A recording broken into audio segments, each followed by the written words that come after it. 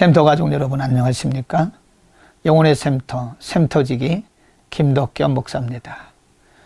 영혼의 샘터 15번째 시간, 오늘은 주후 2019년 12월 1일 주일 아침입니다. 지난 목요일 오후까지 캄보디아 시엠립에서 캄보디아 목회자들과 지도자들을 대상으로 하는 영성집회 잘 마치고 어제 금요일 오전에 무사히 귀국했습니다. 기도해 주셔서 감사합니다. 오늘은 요한계시록 7장 1절에서 17절 말씀입니다. 오늘 본문에는 특별히 우리가 잘 알고 또 많이 알려진 인맞은 자의 수 14만 4천에 대한 말씀이 나옵니다. 7장 4절 말씀에 보면 내가 인맞은 자의 수를 들으니 이스라엘 자손의 각 지파 중에서 인맞은 자들이 14만 4천이라고 말씀합니다. 그리고 5절 이하에서 어떻게 14만 4천의 수가 나왔는지 말씀하고 있습니다. 이스라엘의 12지파 중에서 각각 12,000명씩 곱하니까 14만 4천이 나오고 있는 것입니다. 14만 4천에 대해서는 여러 교단과 교파에서 신학적으로 많은 문제와 이슈가 되고 있는 부분입니다. 이 부분에 대해서 많은 이들이 문자적 해석을 함으로써 잘못 해석하는 경우도 있습니다. 그러나 오늘 본문에 보면 14만 4천이 누구인지를 말씀해 주고 있습니다.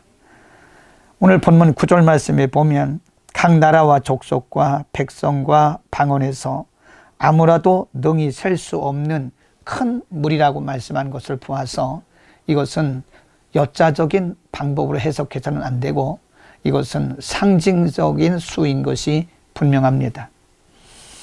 각 나라와 족속과 백성과 방언에서 아무라도 능히 셀 수 없는 큰 물이라고 말씀한 것을 보아서 지구촌 곳곳에 있는 모든 성도들, 구원받은 성도들로 봐야 하는 것이 맞습니다.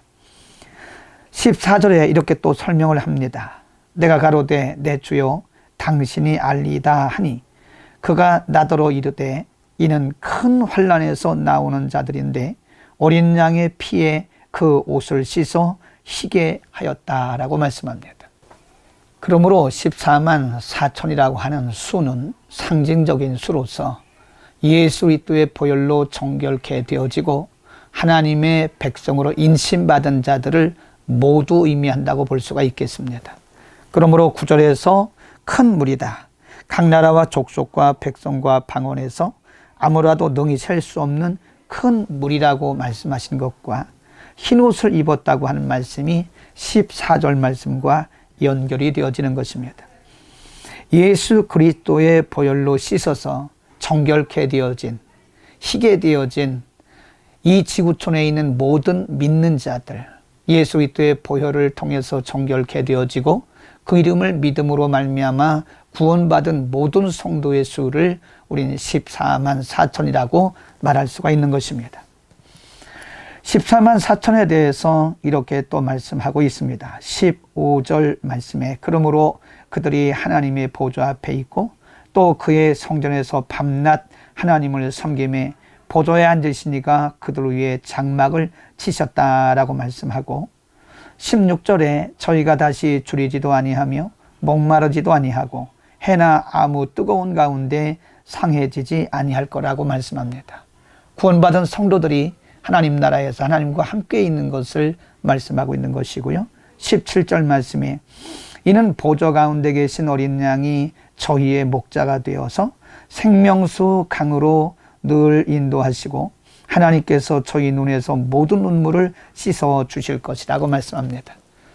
여러분 거듭 말씀드리지만 요한계시록은 우리에게 소망과 용기를 주시는 책입니다.